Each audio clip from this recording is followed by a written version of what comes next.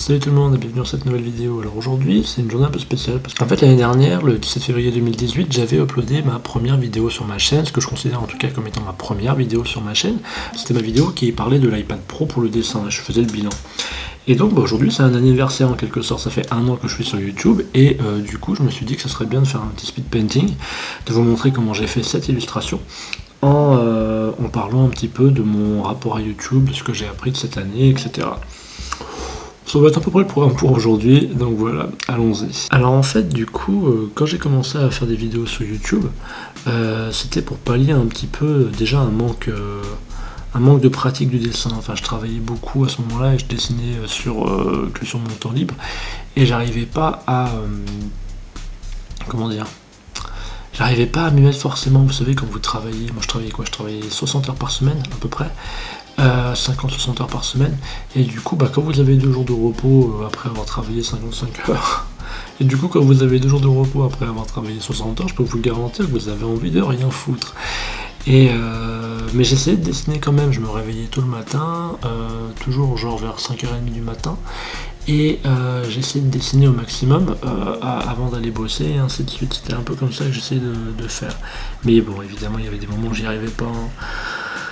Donc bon, souvent ça a donné des moments où en fait pendant plusieurs semaines je dessinais pas du tout en fait. Et donc du coup j'avais envie de faire quelque chose de différent en 2018. Et donc le fait de faire des vidéos sur YouTube, ça m'a permis de me motiver à dessiner plus. Et ça m'a aussi mis dans une mentalité qui me permettait de me dire que ce que je faisais avait un sens autre que le plaisir de dessiner, vous voyez. Donc ça me permettait de potentiellement faire voir mon travail, et ça me permettait peut-être potentiellement ensuite de pouvoir gagner de l'argent. Ce qui maintenant est le cas, puisque maintenant je suis monétisé sur la chaîne. Donc j'ai eu la monétisation le 11 janvier 2019, ce qui est cool. Là pour l'instant j'ai pas gagné grand chose, hein. J'ai gagné quoi? En un mois j'ai gagné 30 € à peu près. En un mois environ, mais c'est déjà ça, c'est la première fois que je gagne de l'argent avec mes dessins, donc du coup c'est plutôt cool. En tout cas c'est même la première fois que je gagne de l'argent avec quelque chose que je fais, donc c'est quand même fou quoi. Donc pour ça je suis super content. Et donc il fallait que j'arrive à me construire une audience au fur et à mesure, il fallait que je puisse montrer mon travail et montrer ce que je savais faire quelque part. Vous avez beau être l'artiste le plus talentueux du monde, si vous n'arrivez pas à montrer ce que vous faites, et du coup ce que vous faites ne sert pas à grand chose quelque part. Il sert à vous faire plaisir, mais il ne sert pas forcément à vous construire quelque part une carrière et donc une vie de manière générale. Donc il fallait que j'arrive à sortir de ce cercle, et donc du coup faire des vidéos sur YouTube. Pour ça ça a été parfait, tout simplement. Faut dire aussi que j'ai vraiment trouvé une sorte de manière de travailler qui était parfaite avec Procreate et l'iPad et ainsi de suite quoi. J'étais vraiment bien quoi, et donc du coup j'ai pu arriver au fur et à mesure à me construire une sorte de façon de travailler sur lequel maintenant je fais des vidéos, et qui m'a permis de commencer à dessiner un peu plus et donc à pratiquer plus. Et en pratiquant plus, forcément je me suis amélioré en dessin. Et donc ça c'est un peu ce que j'ai retiré de YouTube. L'une des choses aussi que j'ai retiré de YouTube, c'est l'importance de la régularité. C'est très très très important d'être toujours régulier quand on fait un travail, on va dire, artistique. C'est super important de pouvoir vraiment s'y mettre régulièrement. Moi dans mon cas, pendant un bout de temps je me suis mis une fois par semaine, je faisais une vidéo par semaine les 4-5 premiers mois, et faut pas croire, hein, je veux dire, j'avais pas forcément beaucoup de vues et ainsi de suite, hein. Moi quand j'ai commencé ma chaîne, j'avais une vingtaine d'abonnés à peu près, et maintenant je suis à 1626 abonnés de ce que j'ai vu tout à l'heure. Donc ça veut dire que j'ai déjà gagné 1640 abonnés quelque part, donc ça c'est plutôt cool, je crois. C'est ça, non, 1600, ouais. Ouais, 1600 abonnés. J'ai gagné 1600 abonnés. Et donc j'ai gagné ça en un an, mais au début, je faisais des vidéos et elles allaient dans le vide de YouTube. Je veux dire, il n'y avait personne qui les voyait. Il y avait peut-être genre quoi, si j'arrivais à faire 5 vues en 3-4 jours, putain, j'étais chanceux à ce moment-là, hein. Donc c'était vraiment... c'était vraiment pas facile parce que ça demande beaucoup de temps de faire de la vidéo sur YouTube, ça demande le temps de dessiner ce que je fais, ça demande le temps de filmer, de monter, de penser à ce qu'on va dire ensuite, d'organiser, de construire la vidéo en elle-même. Ça demande vraiment beaucoup de temps. Mais j'ai pas lâché l'affaire cette fois. Et j'ai continué. Et du coup, je me rappelle, c'était quand? C'était vers juin. J'ai eu... Vers juin ou juillet? Non, c'est mai. Je pense que c'était mai. Vers mai, j'ai eu mes 100 premiers abonnés. J'étais tellement content à ce moment-là, parce que c'était un petit peu le chiffre que je m'étais fixé dans ma tête. Je m'étais dit, 100 abonnés, si j'y arrive, ça veut dire que quelque part, ce que je fais, ça a un peu de sens. Et du coup, ça m'a beaucoup motivé à pouvoir continuer à essayer d'avancer, à essayer de faire mes choses. Et donc j'ai continué, même si j'ai eu des périodes de démotivation, même si j'ai eu des périodes de fatigue, etc. Je veux dire, c'est pas simple de faire une chaîne YouTube, et c'est pas simple de manière générale de se mettre dans une carrière d'artiste, parce qu'il y a beaucoup de doutes qui apparaissent. Et du coup, vous êtes là et vous vous dites, est-ce que je vais y arriver, etc. quoi. Et c'est des doutes qui sont légitimes, hein. Je veux dire, il n'y a pas de complainte là-dedans, c'est vraiment quelque chose qui est légitime. Mais donc ouais, mais je sais que maintenant en tout cas, ça m'a apporté pas mal de choses. Et maintenant on est plus de 1000 sur la chaîne, on est 1600 et quelques maintenant sur la chaîne. Et j'espère que la chaîne va continuer à grossir et que peut-être qu'à la fin de l'année je serai à 10 000 abonnés, on sait pas. Mais déjà maintenant, ce qui est bien, c'est que j'ai plus de 1000 abonnés sur cette chaîne, j'ai passé les 4000 heures de vues de mes vidéos sur les 12 derniers mois, ce qui veut dire que donc du coup je suis monétisé, et maintenant je commence à gagner de l'argent avec ces vidéos. Comme je vous ai dit au début, je gagne vraiment pas beaucoup, mais c'est pas ça qui est important. Ce qui est important, enfin si, si c'est important quand même, mais si je pouvais me permettre de pouvoir vraiment ne faire que des vidéos à plein temps et lâcher tout le reste et tout, ce serait parfait, hein, vraiment. Je serais très content de pouvoir faire ça. Mais bon, pour l'instant, c'est pas le cas. Faut que je fasse avec. Mais dans l'absolu, c'est vraiment ce que j'essaye de viser, quoi. C'est un peu mes objectifs et tout ça. J'aimerais vraiment arriver à peu près à... Je pense 10 000 abonnés, ça serait bien. Parce que si j'avais 10 000 abonnés, ça me permettrait d'avoir une audience suffisamment forte pour pouvoir commencer à monétiser des choses avec, genre si je présente un dossier à une maison d'édition, le fait d'avoir 10 000 abonnés, c'est quelque chose qui peut potentiellement peser dans le choix de me signer ou pas pour le directeur de publication, je pense. Parce que je pense qu'aujourd'hui c'est comme ça que ça se passe, on va dire qu'il y a vraiment... si vous n'avez pas d'abonnés aujourd'hui, j'ai l'impression qu'en tant qu'artiste, vous ne pesez pas du tout, quoi. En tant qu'artiste débutant, je veux dire. Mais en même temps, rien que ça veut rien dire en soi, parce que du coup, si vous êtes un artiste confirmé, ça veut dire que vous avez déjà quelque part votre public.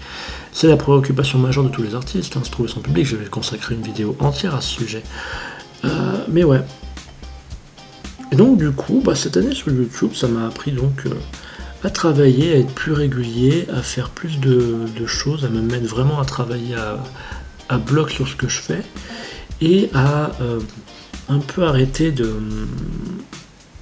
d'être trop tendre avec moi-même. Genre, je veux dire, je me suis vraiment un peu botté le cul par moment pour essayer d'arriver à faire ce que je voulais faire.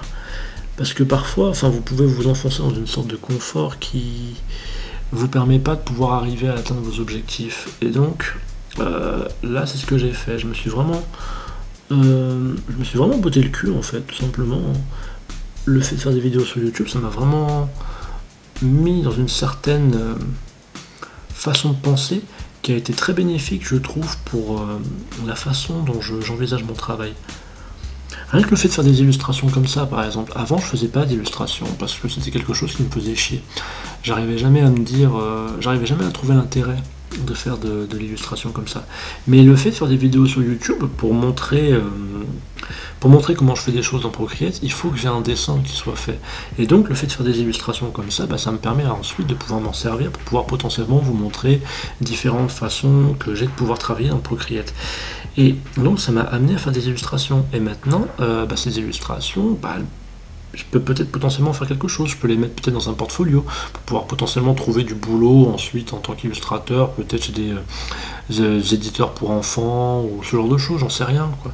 Je sais pas encore. Pour l'instant, je tâtonne, hein, globalement. Vraiment, en ce moment, je tâtonne pas mal, hein. Mais j'essaie de voir ce que je peux faire pour pouvoir arriver à commencer à vivre de ça enfin, quoi. Donc c'est un peu ce que j'ai appris de YouTube cette année. 2018, ça n'a vraiment pas été une année facile pour moi. Ça a été une année qui a été vraiment difficile à plein de plans, sur plein de plans. Mais c'est une année que je suis arrivé à passer, on va dire. Et il y a pas mal de bonnes choses qui se sont arrivées, notamment par exemple cette chaîne YouTube, quoi. Je pensais pas pouvoir arriver à avoir 1000 abonnés sur ma chaîne, en fait, tout simplement. Donc du coup c'était vraiment une bonne surprise de voir que c'était le cas, qu'il y avait des gens qui pouvaient être intéressés par ça. Même si beaucoup de gens me regardent parce que je fais des vidéos sur Procreate, hein, je veux dire. Procreate, c'est l'ingrédient principal de ma potion, on va dire. Mais du coup, ça me permet quand même de montrer mon travail et au fur et à mesure de commencer à gagner des thunes avec. Donc c'est vraiment ça qui est cool. Donc c'est à peu près ce que j'ai retenu de 2018, en fait, sur mon année sur YouTube, on va dire. Pour 2019, je voudrais essayer de faire plus de vidéos. J'essaye en ce moment, j'ai toute une liste complète de vidéos que je vais faire. Je travaille toujours sur mon tutoriel sur la perspective. Je fais aussi un test d'une autre application qui s'appelle Medibang.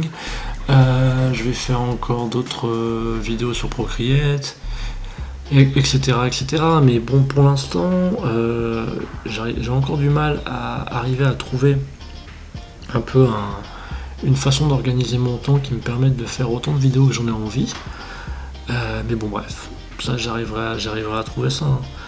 Ce serait complètement con d'arrêter de faire des vidéos maintenant alors que je commencerai enfin à gagner des sous avec, alors qu'avant c'était juste la passion qui m'animait.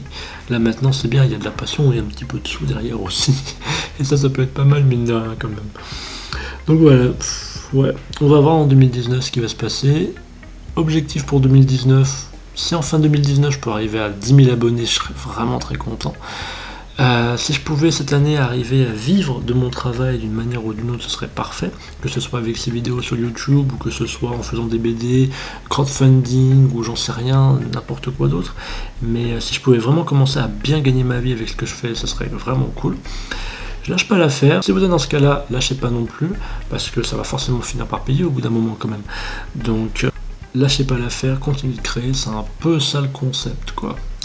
Donc ouais.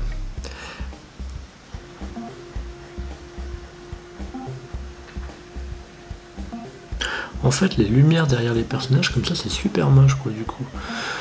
Enfin, je sais pas, enfin, j'ai l'impression que je trouve ça un peu moche. Je trouve ça bien dans l'ensemble, parce que du coup, ça fait référence aux petites boules de neige lumineuses qui tombent du ciel, et donc, du coup, on peut se dire, ah, c'est leur faute, c'est eux qui créent ça, ce machin, ce genre de choses, quoi. On peut faire un lien comme ça. Mais en même temps, là, quand je regarde ça, je me dis, c'est super brouillon. Donc, je sais pas. Je sais pas si je vais garder ça, honnêtement. Mais bon, on verra. Hop. Ouais, c'est définitivement mieux sans les lumières derrière les personnages. Ça amène plus de lisibilité, ce genre de choses, etc. Je trouve. Bon, tant pis, on va laisser ça comme ça. Forcément, je l'ai déjà partagé sur Instagram, donc... Bon, en tout cas, voilà. Si vous avez bien aimé cette vidéo, n'hésitez pas à lâcher un pouce bleu et à vous abonner à ma chaîne. Je fais des vidéos régulièrement, c'est toujours au niveau du dessin. Quant à moi, je vous remercie d'avoir regardé. Je vous retrouve bientôt dans une prochaine vidéo. Et d'ici là, n'oubliez pas, prenez le temps de créer. Et puis, restez motivé aussi. Ça peut toujours servir.